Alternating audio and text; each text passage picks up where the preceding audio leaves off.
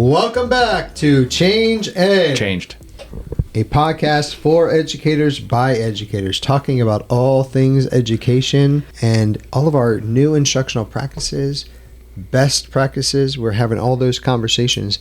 Today we have a very exciting podcast with a repeat guest who is going to be talking to us about AI and all the things that we can do to implement AI. I am your host, Andrew Kuhn, #1 rated on all of Change Ed. Changed. I'm an education consultant from Montgomery County Intermediate Unit, and here with me is Patrice Semichek from the Montgomery County Intermediate Unit, and I'm also an educational consultant. right, and off the bench, on the bench, off the bench. We don't know. We're not sure if he wants to play or not. By popular demand. By popular demand. Thank you, Tony's mom. Tony Marabito, Carbon Lehigh Intermediate Unit Staff Development Facilitator. Yes.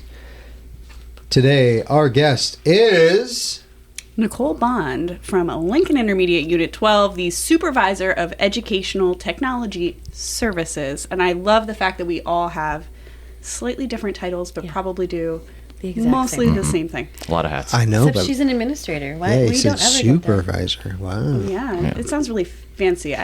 I don't know what I supervise. You just do your job a little bit better than all of us. Yeah, That's, okay, that's clearly. good. That's why I'm here. I supervise myself. It shows. Nicole, we are here at Pete and C. We're very fortunate to be the official podcast of Pete and C 2024. And we are thrilled to be talking to you. You have a presentation or a session on AI. Is that correct? Yes. So we're doing a presentation on the big 5 ideas, tasks. I haven't actually ironed out what we're calling them other than the big 5 around AI. That's really centered around how to look at it from a district perspective. I mean, you can use it in your classroom. It's a little bit like a tool to walk you through the TeachAI information and even the COSN information. I don't know if anybody's looked at those 93 questions that COSN released for tech directors. I mean, nobody really wants to answer 93 questions in order to... You are dropping so many numbers already.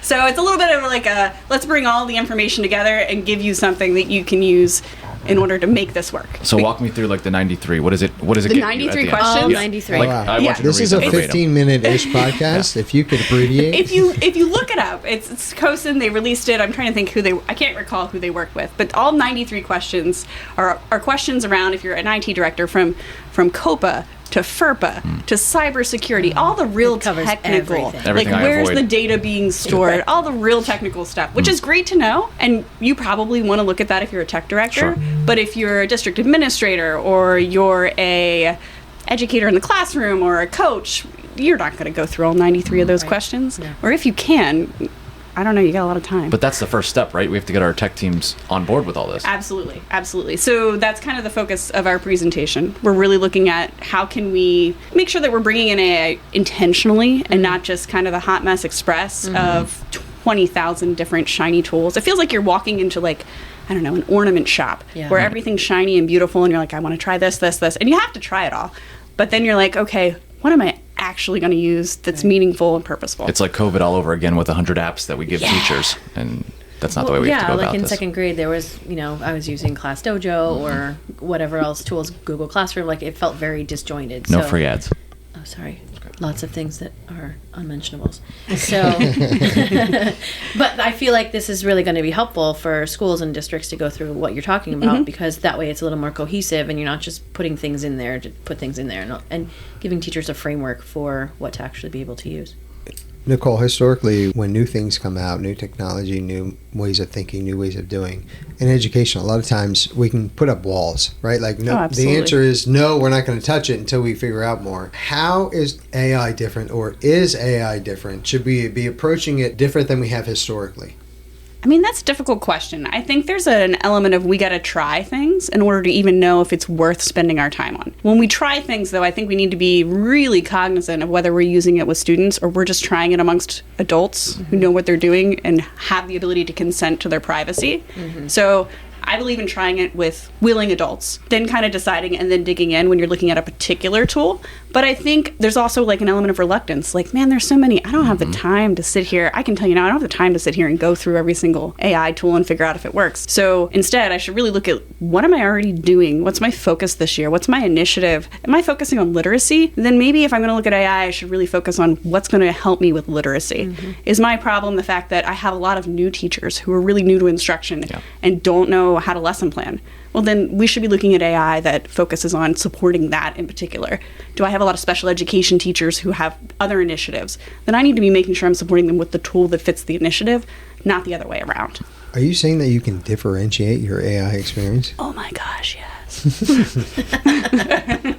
I hope we do. Well, tell us a little bit more, because I'm intrigued by this big 5 in AI. And could you tell us a little bit more about that? Are we like scaffolding, like building our way up, or are these tools that we can use to get into the meat, like to get into using it? So the idea is that you would create kind of a district team, whomever you'd want to put on that district team, probably some leadership. You got tech coaches, instructional coaches, you want those, and a couple of teacher leaders as well. And really coming around, starting with, does everyone even know what AI is? And I know we've been having that discussion for years, but every time I talk to somebody, it seems like the definition's a little bit different everywhere we go. Yes. So just agreeing on what your district definition of artificial intelligence is the place to start. Here at Change Ed, we call it Andrew Intelligence. That's AI. Oh, that's unfortunate. Keep going, Nicole. Moving on. Best response ever. I'm really sorry for you. You're welcome anytime. Thank you. So the idea would be that you would start with that definition, then identify your initiatives, whether you're going to do that by content area or grade level or building or what have you. Move from there into like the legal and ethical. Say, all right, what policies do we already have? What needs updated? Do we really need to update policy, or do we need to offer instead guidance? There's a lot less hoops to jump through if you're just calling it guidance. If you're calling it policy, there's a whole process. So starting with that idea of guidance, legal, ethical, and then how you're communicating like student responsibility. Because I've talked to a couple of folks, and it's either classroom by classroom, or nobody said like, this is how we're handling it. Like, when's it okay? When's it not okay? I like to talk like Brene Brown, like clear is kind. Yeah. That's the same thing with AI boundaries. So setting up that piece, and then moving from there into the idea of teaching people how it works and how to use it more effectively. And this is where we hear a lot of like prompt engineering pieces, and I know a lot of people are on either side of the fence on it, but as a former ELA teacher, like language is power. Yeah, for sure. So this, in the case of AI, language really is power, whether it's spoken language or written language, and making sure that we know how to use our language effectively in order to prompt, I think is important, whether you're using an engineering framework or just talking about important adjectives. You know, one of the things that you were just talking about that made me think of is that this is a community effort, right? This is not one person who's like, yep, I'm going to take this on. It is a bigger community. And I'm wondering, you know, it's also a systemic issue, right? So that if there's a breakdown, the breakdown might not be that, oh, AI doesn't work. The breakdown might be kind of the bigger system, right? When in education, we talk so much about collaboration and communication, and this is now us as adults that we have to work through that part in an area with something that we don't really know much about. Being more transparent and communicating better is really important, that we're just having conversations like this. Let's start talking about it, right? It's still new, but it's changing and evolving so quickly that we should have these conversations to kind of get on board sooner rather than later, so we can understand the evolutions and understand the impact. Absolutely. And I think there's also an element of you have to be okay with changing your mind or being right in May and then 2 months later being like, yeah, I know I said that, but now it's changed because it's changing so fast. Changed. Oh, that was well done. Thank you. That was good. As a free That ad was for our way own better podcast. than the Andrew intelligence. Okay, we're cutting that. No, we're not.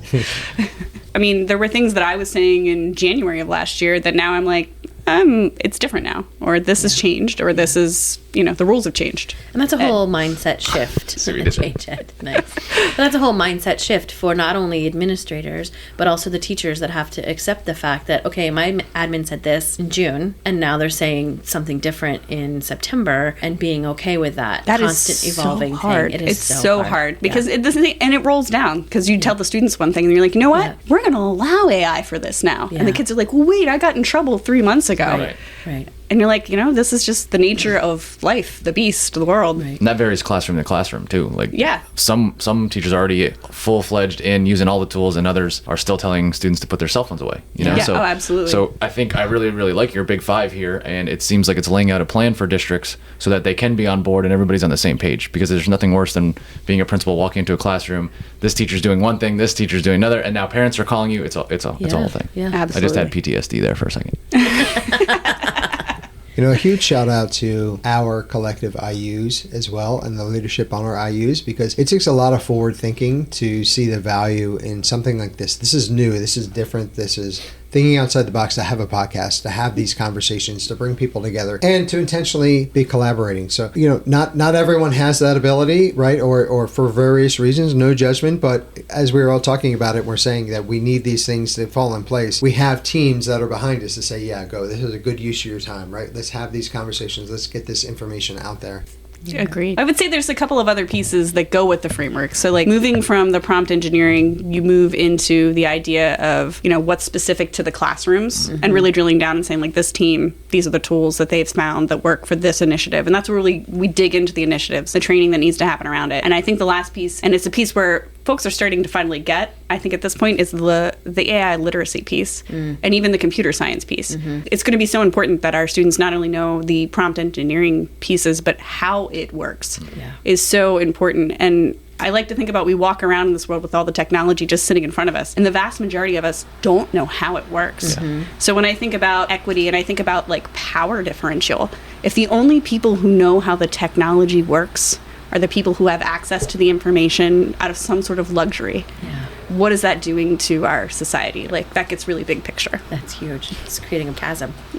For those that are not at P&C and those that don't get to hear you today, where can we find your info? Maybe we grab your link, put it in our show notes. Absolutely. I will give that information right to you so you guys can use it, Appreciate grab it. It's in version 1.0. I want to find out if it works for everyone. And I think, we've started with some initial questions, and I'm going to ask districts like, what questions would you add? Which ones aren't as valuable as you start to work through it? Because 93 is not enough. We need more. No, I'm not using all 93 5, questions. right? I actually boiled it down to 5 categories because 93 was so many. I was Everybody overwhelmed appreciates looking that. at that. So when you're walking districts through this, is this like a multiple day process that you're going through, or I think, start one it's day? absolutely a multiple day process. But I think initially it's the planning. It's going through and saying, okay, we've started this part, we haven't. Because I know some districts have some guidance and have some policy. I know some districts that don't. I know some districts are that far, but haven't done anything with their educators from a professional learning. Right. I know some that are there, but haven't done anything with AI literacy or talking to students or thinking about how might this impact computer science offerings. It's really meant to help guide a whole district, a school building. You could even look at it from a classroom perspective and say, where am I? Yeah. What's next? What do I have to start planning for? And I think once you get through it and get that idea, you come back and you revise and say, all right, we're at this point now. Let's keep moving.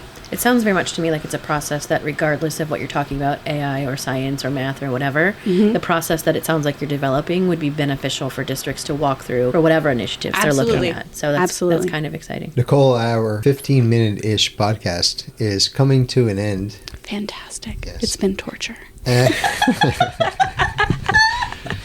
Feelings mutual. And It's only because of you, Andrew. Sorry. Do you want to be our third? Do you want to be our third? We just found our third host. with that in mind, what would be your closing thoughts? It could be something that you're most excited for, of the potential. It could be maybe a pitfall that you see or concerns, or maybe something you've come across in working with districts when it comes to AI. I think if you're not having the conversation at all, that's where I'm scared.